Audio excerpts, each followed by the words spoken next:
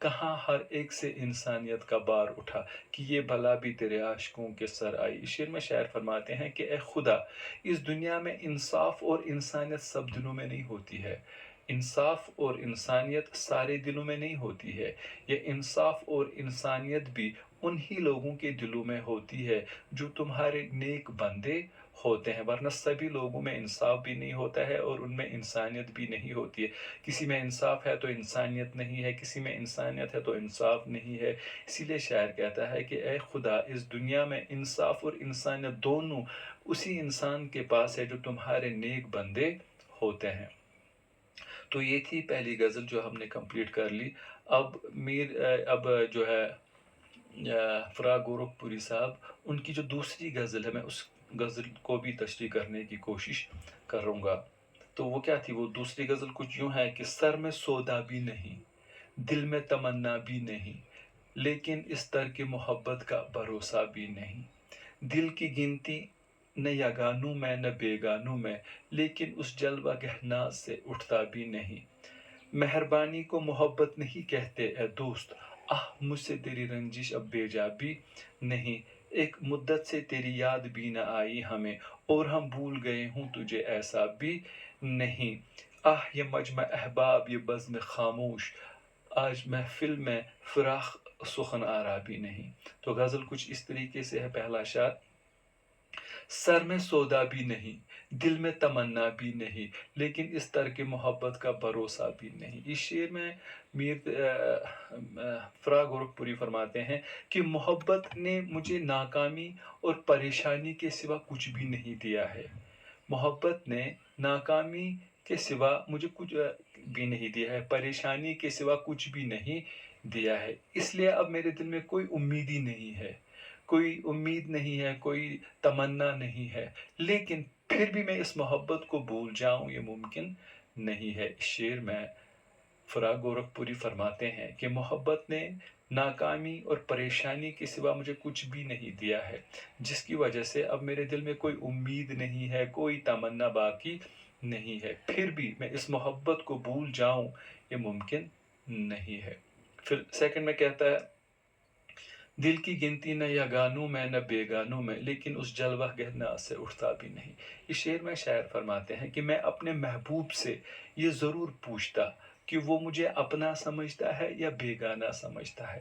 میں اپنے محبوب سے یہ ضرور معلوم کرتا کہ وہ مجھے اپنا سمجھتا ہے یا مجھے بیگانہ سمجھتا ہے، لیکن میری بدقسمتی یہ ہے کہ وہ اس ناز والی کرسی پر سے اٹھتا ہی نہیں ہے جس پر وہ بیٹھا ہوا ہے۔ اس شعر میں فراق گورکھپوری فرماتے ہیں کہ میں اپنے محبوب سے یہ ضرور پوچھتا کہ وہ مجھے اپنا سمجھتا ہے یا بیگانہ سمجھتا ہے، پرایا سمجھتا ہے، لیکن میری بدقسمتی یہ ہے کہ وہ اس ناز والی کرسی پر سے اٹھتا ہی نہیں ہے جس پر وہ بیٹھا ہوا ہے۔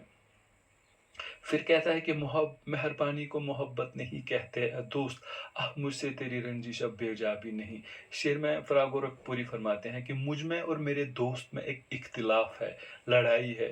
لڑائی اس بات پر ہے کہ وہ محبت اور مہربانی کو ایک ہی چیز سمجھتا ہے، جبکہ میں سمجھتا ہوں کہ محبت اور مہربانی دو الگ چیزیں ہیں۔ کاش میرے دوست کو یہ بات سمجھ میں آ جاتی تاکہ ہمارا جو اختلاف ہے، لڑائی جو ہے، وہ ختم ہو جاتی۔ اس شعر میں فراق گورکھپوری فرماتے ہیں کہ مجھ میں اور میرے دوست میں اختلاف ہے۔ اختلاف اس بات کا ہے کہ وہ محبت اور مہربانی کو ایک ہی چیز سمجھتا ہے، جبکہ میں سمجھتا ہوں کہ یہ محبت اور مہربانی دو الگ چیزیں ہیں۔ کاش اسے میری بات سمجھ میں آ جاتی تاکہ یہ اختلاف ختم ہو جاتا، کیونکہ اب مجھ سے اس کی دوری برداشت نہیں ہوتی ہے۔ پھر کہتا ہے: ایک مدت سے تیری یاد بھی نہ آئی ہمیں، اور ہم بھول گئے ہوں تجھے ایسا بھی نہیں۔ اس شعر میں فراق گورکھپوری فرماتے ہیں کہ اے میرے محبوب، ایک عرصے سے، بڑی مدت سے میں اپنے وطن کی آزادی کی جنگ لڑ رہا ہوں، جس کی وجہ سے تم سے ملنے کا یا تمہیں یاد کرنے کا موقع نہیں مل رہا ہے، مگر تم یہ نہ سمجھنا کہ میں نے تمہیں بلا دیا ہے۔ اس شعر میں فراق گورکھپوری فرماتے ہیں کہ اے میرے محبوب، ایک عرصے سے، بڑی مدت سے میں آزادی کی جنگ لڑ رہا ہوں، تحریک کے ساتھ چل رہا ہوں، جنگ لڑ رہا ہوں، جس کی وجہ سے تم سے ملنے کا یا تمہیں یاد کرنے کا موقع نہیں مل رہا ہے، مگر تم یہ مت سمجھنا کہ میں نے تمہیں بلا دیا ہے۔ لاسٹ میں کہتا ہے کہ یہ مجمع احباب، یہ بزم خاموش، آج محفل میں فراق سخن آرابی نہیں۔ اس شعر میں شاعر فرماتے ہیں کہ شاعروں اپنے آپ سے مخاطب ہو کر فراق گورکھپوری فرماتے ہیں کہ شاعروں کی ایک بہت بڑی محفل تھی اور اس محفل میں خاموشی تھی۔ خاموشی کی وجہ یہ تھی کہ اب فراق گورکھپوری جیسا شاعر اس محفل میں موجود نہیں تھا۔ اس شعر میں فراق گورکھپوری اپنے آپ سے مخاطب ہو کر فرماتے ہیں کہ شاعروں کی ایک بہت بڑی محفل تھی، اس محفل میں مگر خاموشی تھی، اور خاموشی کی وجہ یہ تھی کہ اس محفل میں اب فراق گورکھپوری جیسا شاعر موجود نہیں تھا۔ تو اس کے ساتھ ہی یہ فراق گورکھپوری کی دوسری غزل جو ہے وہ اختتام پر پہنچی۔ تیسری غزل اگر میں آج ہی آپ کے سامنے پیش کروں گا تو ویڈیو تھوڑا لمبا ہو جائے گا، اس لیے آج 2 غزلیں جو ہے وہ کافی ہیں۔ انشاءاللہ زندگی رہی تو اس تیسری غزل کو لے کر میں پھر آپ کے سامنے حاضر ہو جاؤں گا۔ تب تک کے لیے اجازت دیجیے، خدا حافظ۔